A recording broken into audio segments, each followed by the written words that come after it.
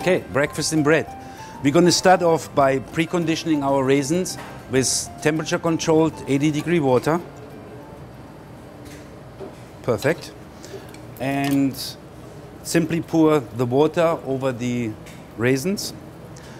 Give it a quick stir. It also helps with separating out bigger lumps of raisins. And then immediately drain the excess water. And this can stay until needed during the dough process. We're going to mix the rest of the breakfast in bread. Check out this pouliche, Klaus. Whoa. It's nicely ripened. It's just beginning to get creases down the center. It's doubled in volume. It's got the smell of a nice Weiss beer. And I like to put that on the bottom of my bowl. Thanks. And you see there's just a little bit of water remaining in the rest of this mix. Most of our water is in the pouliche already. So I'm going to add in the oats, the flours, the yeast. Got some whole wheat flour here too. And I'm going to develop this, adjust it first on first speed for about 5 minutes. This bread is called breakfast in bread, and it's so appropriate because it's got this beautiful hazelnuts, also known as filberts, roasted almonds, and our preconditioned raisins, which are ready to be incorporated into the dough. It has that breakfast cereal feel to it with the nuts and the raisins, the syrup and the cinnamon.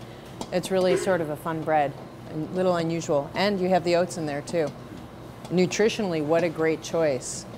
The oats in there, the naturally low sodium, high potassium raisins. And the sweetness of the raisins I really enjoy, especially for a breakfast item.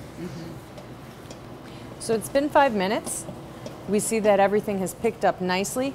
I'm going to lower the bowl and add in my cinnamon.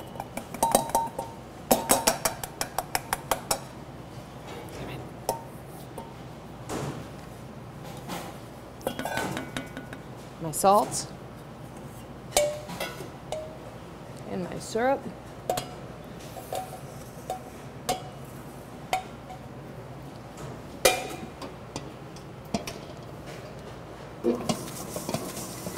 And I'll develop this on second speed for 3 minutes.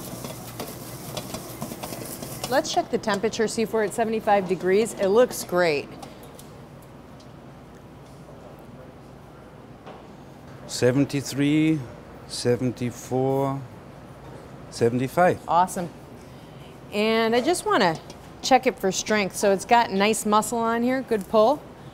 And if I take a piece of dough and I gently work it out to a window pane, I can see that I have good gluten development, but it isn't fully developed. I can't pull out an entire window, which is good. I want to have some structure left here.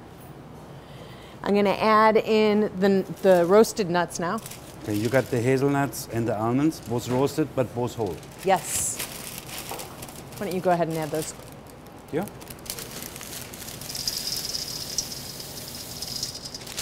And we can add in the raisins too. And then they were preconditioned? Yes. Okay. Keep some moisture in the dough, and the raisins themselves get really nice and plump that way. And we'll mix this on low speed. We aren't interested in developing any more heat or gluten at this point. We just want to distribute these ingredients. And we'll give this a couple folds on the bench too. Which ensures even distribution of the nuts and the raisins. That's right. Look how beautiful the dough picks up the raisins, the almonds, and the hazelnuts. So this is nicely distributed now. We can fold it over a couple times on the bench.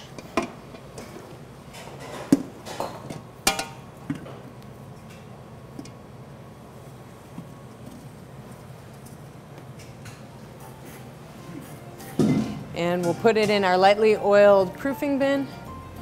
We'll let it rise for an hour, then we'll fold it and let it rise for a second hour. So it's 2 hours total fermentation.